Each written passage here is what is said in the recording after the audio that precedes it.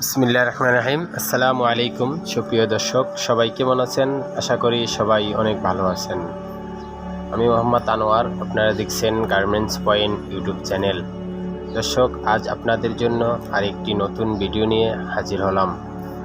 আজকের ভিডিওটি গার্মেন্টস ফ্যাক্টরিতে একজন কোয়ালিটি ইনচার্জের কাজ কী এবং সে কি বিষয়ের উপরে খুব নজর দিতে হয় এবং তার আন্ডারে কোন কোন লোকগুলো কাজ করে এবং সে কার আন্ডারে কাজ করে থাকে সে বিষয়ে আপনাদেরকে পুরোপুরি একটি ধারণা দেওয়ার চেষ্টা করব ইনশাআল্লাহ।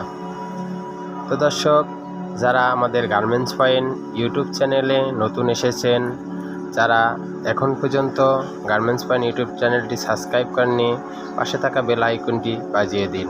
আর অলরেডি যারা সাবস্ক্রাইব করেছেন তাদেরকে অসংখ্য ধন্যবাদ। চলুন শুরু করা যাক আজকের ভিডিও। আজকে আমরা কোয়ালিটি ইনচার্জের দায়িত্ব কর্তব্য নিয়ে আলোচনা করব। একটি গার্মেন্টস ফ্যাক্টরিতে কোয়ালিটি ইনচার্জ সরাসরি কোয়ালিটি ম্যানেজার বা অ্যাসিস্ট্যান্ট কোয়ালিটি ম্যানেজারের আন্ডারে কাজ করে থাকে এবং সেই সাথে quality controller, quality supervisor, line quality inspector ইনচার্জের আন্ডারে কাজ করে থাকে। একটি গার্মেন্টস কোয়ালিটি নির্ণয়ন করার জন্য একজন কোয়ালিটি ইনচার্জ এর অনেক রেসপন্সিবিলিটি রয়েছে।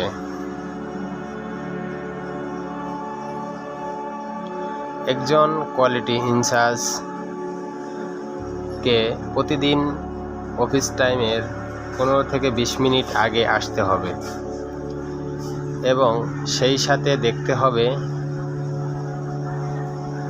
তার আন্ডারে কোয়ালিটি কন্ট্রোলার, কোয়ালিটি ইন্সপেক্টর সবাই আসছে কিনা। যদি কোনো লোক অ্যাবসেন্ট থাকে তবে তার পরিবর্তে বা তার ব্যাকআপে লোক সেট করতে হবে, যাতে করে তার অ্যাবসেন্টে কাজের কোনো ক্ষতি না হয়। এরপরে কোয়ালিটি ইনচার্জের কাছে কিছু শিডিউল থাকতে হবে।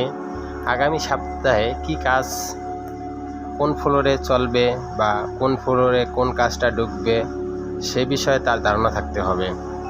এরপরে যখনই লাইনে কোনো নতুন স্টাইল আসে তখন তার কাছে কাগজপত্রগুলো সে সংগ্রহ করে রাখবে, যেমন order sheet, size breaking sheet, colour background sheet, তারপরে PPC meeting sheet, shrinkage report, twisting report, quantity plan, lab dip, trim card,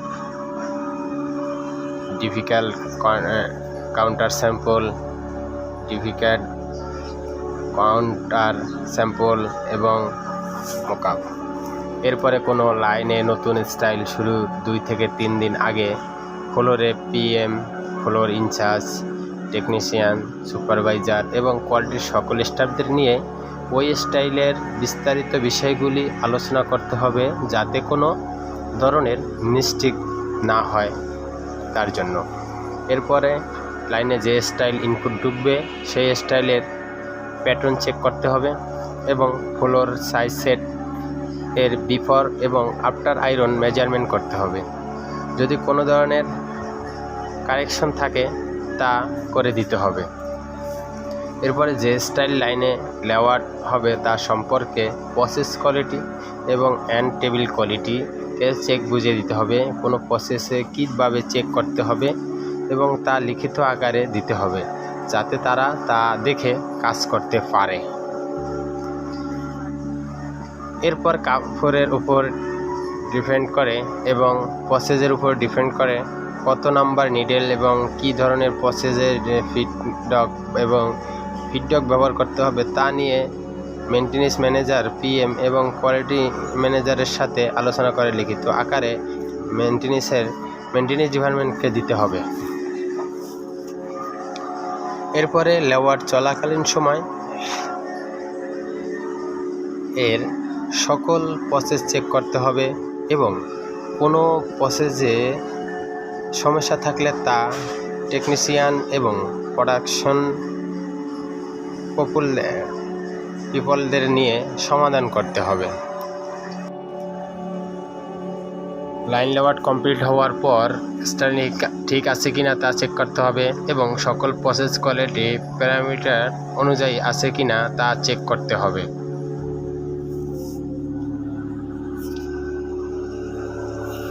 first out report করতে হবে এবং কোনো প্রসেসে কী সমস্যা পাওয়া যায় তা নিয়ে কোয়ালিটি এবং প্রোডাকশন পিপলদের নিয়ে কথা বলতে হবে।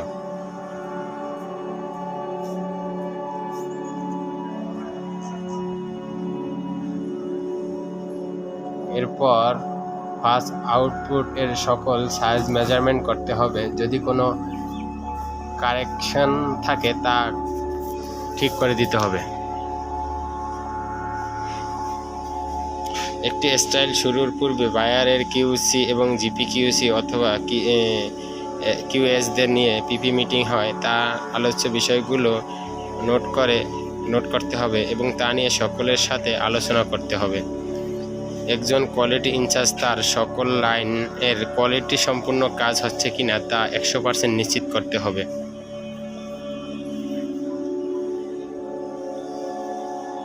এবং উৎপাদিত গার্মেন্টস কাউন্টার স্যাম্পল এর সাথে ঠিক আছে কিনা এবং বায়ারের রিকোয়ারমেন্ট অনুযায়ী হচ্ছে কিনা তা বারবার চেক করতে হবে।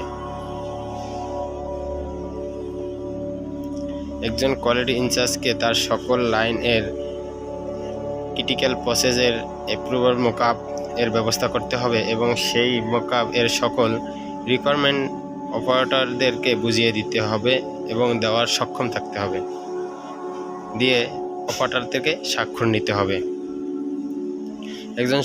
এবং সকল লাইন তার আন্ডারে থাকা কোয়ালিটিগুলো ট্রাফিক লাইট সিস্টেম সঠিকভাবে মেনটেন করছে কিনা তা ফলো করতে হবে।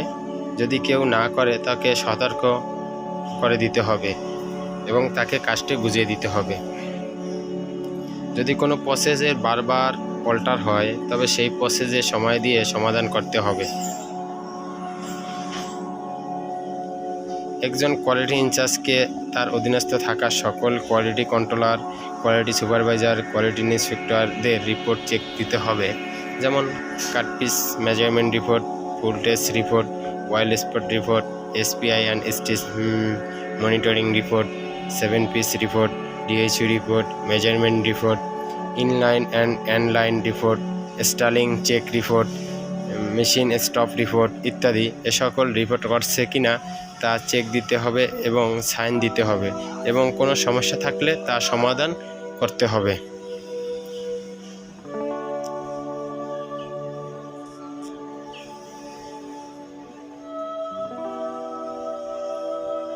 এরপরে প্রতি 2 ঘন্টা পর পর অ্যান্ড টেবিল কোয়ালিটিদের রিপোর্ট চেক দিতে হবে এবং যে সমস্যা বেশি পাওয়া যায় সেই সকল সমস্যাগুলো নিয়ে প্রোডাকশন পিপলদের সাথে কথা বলে সমাধান করতে হবে। এরপর মাঝে মধ্যে টেবিল কোয়ালিটি কিউসি পাস করা গার্মেন্ট চেক করতে হবে এবং ফ্লোরের অডিট কী সমস্যা পাচ্ছে তা নিয়ে কাজ করতে হবে এবং অডিটদের ফাইন্ডিংয়ের সাথে টেবিল কোয়ালিটির এবং ফাইন্ডিং মিল আছে কিনা তা চেক করতে হবে।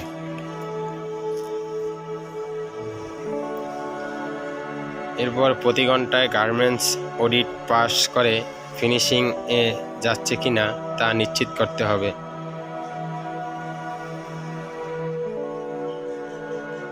প্রতিদিন ফিনিশিং এ 2 থেকে 3 বার গিয়ে দেখতে হবে ফিনিশিং কোয়ালিটি কোন ধরনের ডিফেক্ট পায় তা সেরে দিতে হবে এবং লাইন থেকে এ ধরনের ডিফেক্ট যাতে না আসে সেই জন্য ব্যবস্থা গ্রহণ করতে হবে। এরপরে ফ্লোরের কোয়ালিটি কীভাবে আরও ভালো করা যায় তা নিয়ে প্রোডাকশন পিপলদের সাথে এবং কোয়ালিটি পিপলদের নিয়ে আলোচনা করতে হবে যাতে করে ফ্লোরের কোয়ালিটি আরও ভালো হয় এবং ওয়ান টাইমে শিপমেন্ট হয়। তো দর্শক, আজকের ভিডিওটি এতটুকুই। সবাই ভালো থাকবেন এবং সুস্থ থাকবেন। আর আপনারা গার্মেন্টস রিলেটেড ভিডিও পেতে আমাদের চ্যানেলটি সাবস্ক্রাইব করবেন এবং ভিডিওটি বেশি বেশি শেয়ার করবেন।